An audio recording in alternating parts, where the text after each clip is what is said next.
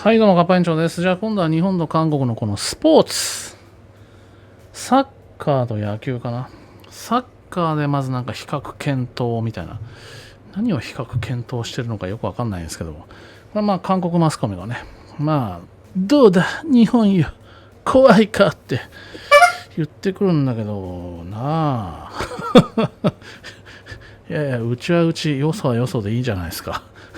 別に比べなくてもいいと思うんですけどね。あとなんか野球の方はね、まあこれは後半多分見ていくと思いますけども、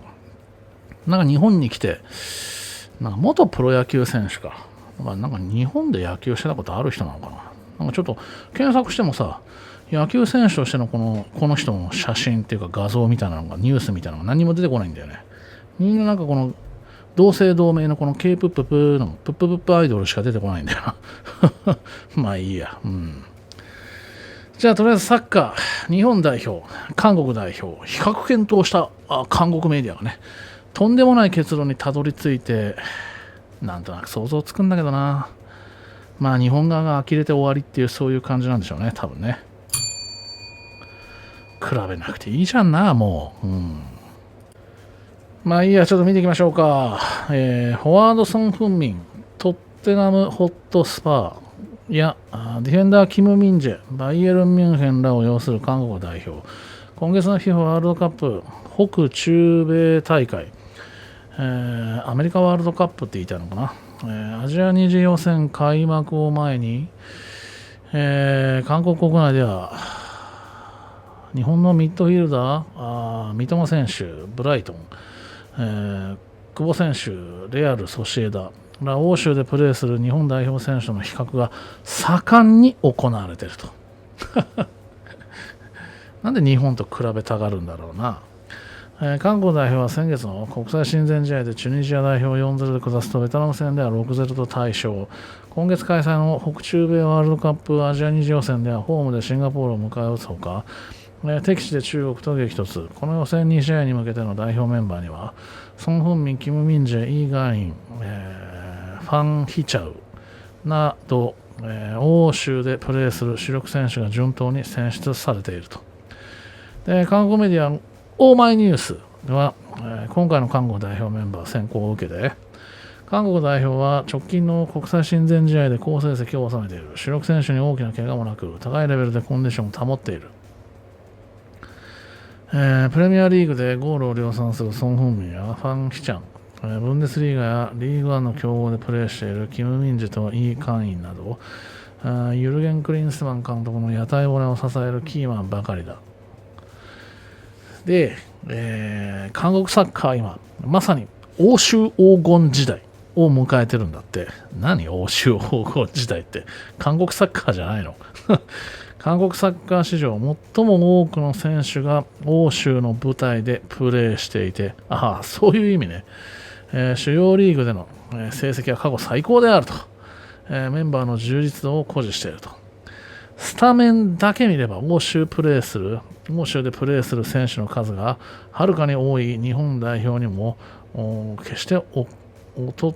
ていないと。そっか。いや、そう思うならそれでいいじゃんね。アジア最強を目指す価値がある。ね、別に日本はアジア最強を目指してましたっけ？で、日韓比較論を展開した上で、クリンスマン監督は韓国サッカー史上初のワールドクラスの選手層を引き継ぐという幸運に恵まれていると。なんか何が言いたいのか、ね、どうだ日本よ怖いかしか何も思いつかないんだけどな。ってなったら、まあ選手がそういう状況だったら、あとはじゃあもう監督の差ですかね。森監督とっていうことですよね。クリンスマン監督の采配、その差だっていうことになるのかな。しかしまあなんで自らこのハードルを上げていくんかね。確かカタールワールドカップ、日本は9位でしたっけ。ベスト16敗退で、まあ最高位でしたよね。で、韓国は16位でしたっけ。ベスト16敗退、国最下位でしたね。まあそんなのはもうね、もう過ぎた話で、終わった話なんで、どうでもいいんですけども。近年のさ、ね、直近のこの直接対決のこの戦績でも見てみればいいじゃんね。なんかな、日本代表に匹敵とかなんかそんなこと言ってないでさ、ね、だって世界を目指すんだろう、ね、欧州黄金時代なんだろう、じゃあ欧州のなんかどっかとこの国、地域と比較すればいいのに、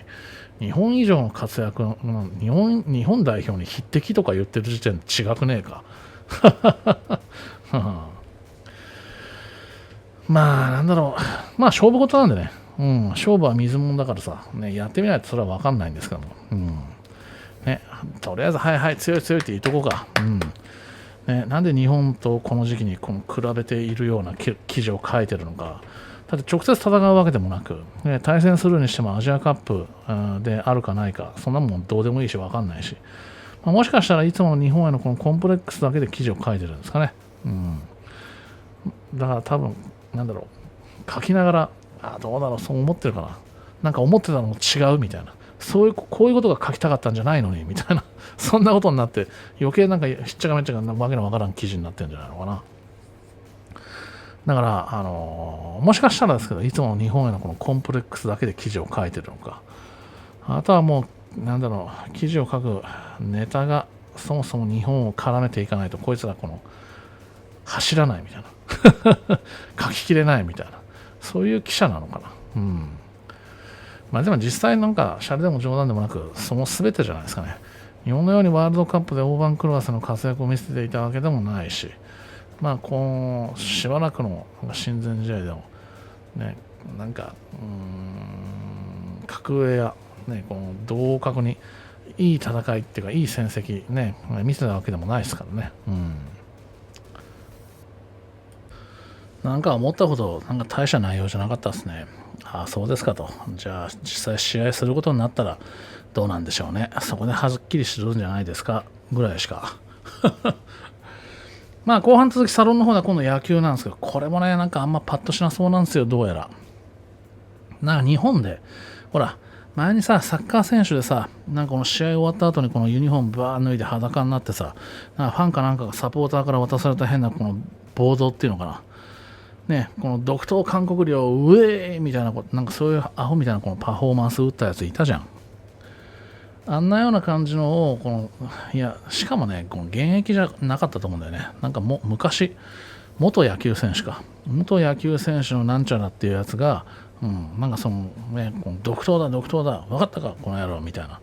感じでこの日本でね、しかも日本でですよ。韓国で好きなだけやればいいんですけど、日本にわざわざ来て、そもそもなんで来てんだよって話なんですけども。でまあなんか日本のこのね、その辺通行してる通行人捕まえて、なんかその唾吐いていったっていうわけのわかんないやつですね。じゃあこの辺はちょっとサロンで見ましょうか。今回は以上です。